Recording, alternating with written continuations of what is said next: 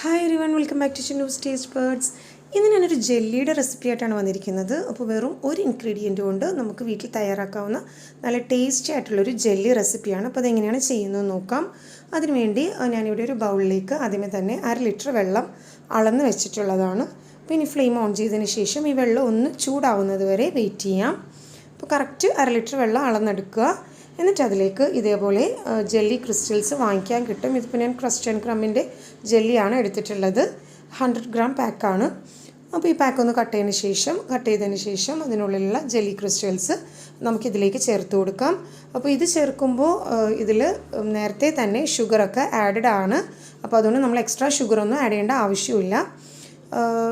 Just ഈ mix മാത്രം വെള്ളത്തിൽ ഒന്ന് ഡിസോൾവ് ചെയ്തെടുത്താൽ മതി. അപ്പോൾ വേറെ ഒരു ഇൻഗ്രീഡിയൻറ്റും ഇതിലേക്ക് ചേർക്കേണ്ട ആവശ്യമില്ല. ഈ മിക്സ് ചേർത്തതിന് ശേഷം നന്നായിട്ട് ഇളക്കി യോജിപ്പിച്ച് കൊടുക്കുക.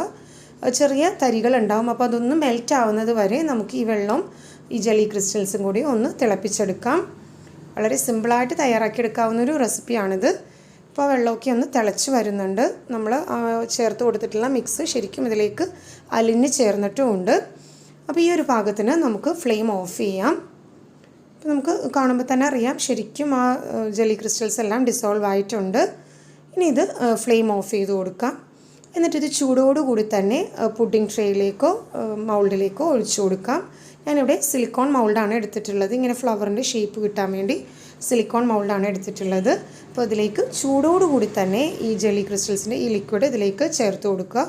ചൂടാറിക്കഴിഞ്ഞാൽ അപ്പോഴേ ഈ ജെല്ലി സെറ്റായി പോവും. അപ്പോൾ അതുകൊണ്ട് ചൂടോടുകൂടി തന്നെ ഒഴിച്ചു കൊടുക്കാവുന്നതാണ്. ഇനി ഇങ്ങനത്തെ സിലിക്കോൺ മൗൾഡ് ഇല്ലെങ്കിലും സാരമില്ല, നമ്മുടെ സാധാരണ പുഡിംഗ് സെറ്റോ അല്ലെങ്കിൽ ഏതെങ്കിലും സ്റ്റീലിൻ്റെ ബൗളാണെങ്കിലും മതി, അതിലാണെങ്കിലും ഒഴിച്ചു കൊടുത്താൽ മതി. കറക്റ്റ് ആ ഒരു ബൗളിൻ്റെ ഷേപ്പിൽ തന്നെ നമുക്ക് ഈ ജെല്ലി തയ്യാറാക്കി എടുക്കാവുന്നതാണ്. ഇതാ ഈ ചൂടാറി വരുമ്പോൾ തന്നെ കറക്റ്റ് പാകത്തിന് സെറ്റായി കിട്ടുകയും ചെയ്യും. പിന്നെ എനിക്ക് കുറച്ചുകൂടെ ബാക്കിയുണ്ട്, അപ്പോൾ ഞാൻ അതൊരു ഗ്ലാസ് ബൗളിലും കൂടെ ഒഴിച്ചു കൊടുക്കുകയാണ്. എന്നിട്ട് ഇതൊന്നും ചൂടാറിയതിന് ശേഷം അരമണിക്കൂർ വരെ ഫ്രിഡ്ജിൽ വെച്ച് സെറ്റ് ചെയ്തെടുക്കണം. ഫ്രീസറിൽ വെക്കരുത്, താഴെ വേണം വെക്കാനായിട്ട്. ഇതിപ്പോൾ ഞാൻ അരമണിക്കൂർ വരെ ഫ്രിഡ്ജിൽ വെച്ച് സെറ്റ് ചെയ്തെടുത്തിട്ടുള്ളതാണ്. നമ്മുടെ ജെല്ലി സെറ്റായി വന്നിട്ടുണ്ട്. ഇനി ഇത് നമുക്ക് പ്ലേറ്റിലേക്ക് അറേഞ്ച് ചെയ്യാം.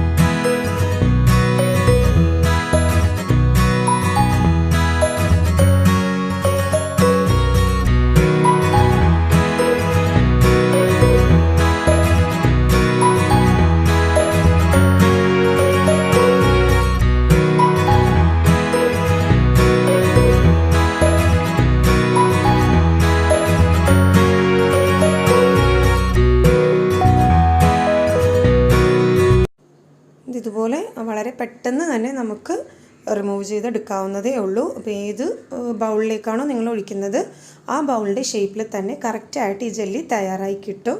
അപ്പോൾ വളരെ സിമ്പിളായിട്ടുള്ളൊരു റെസിപ്പിയാണ്. വെറും ഒരു ഇൻഗ്രീഡിയൻറ്റ് കൊണ്ട് തയ്യാറാക്കി എടുക്കാവുന്നതേ ഉള്ളൂ. ഈ ജെല്ലിയുടെ പാക്കിന് 40-45 രൂപയൊക്കെ വരാറുള്ളൂ.